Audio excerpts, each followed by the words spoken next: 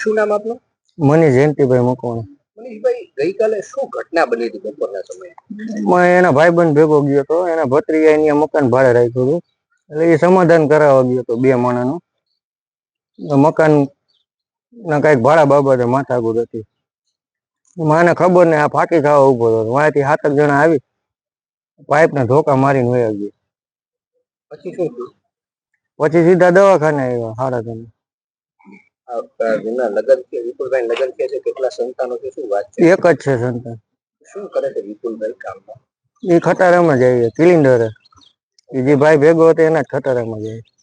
પછી તમે પોલીસ ફરિયાદ થઈ કે શું કર્યું છે? હા, એ આ સાહેબ આવ્યા હતા. કેટલા લોકો હુમલો કરવા માટે કઈ રીતે હતા? 7 જણા હતા એમ કીએ.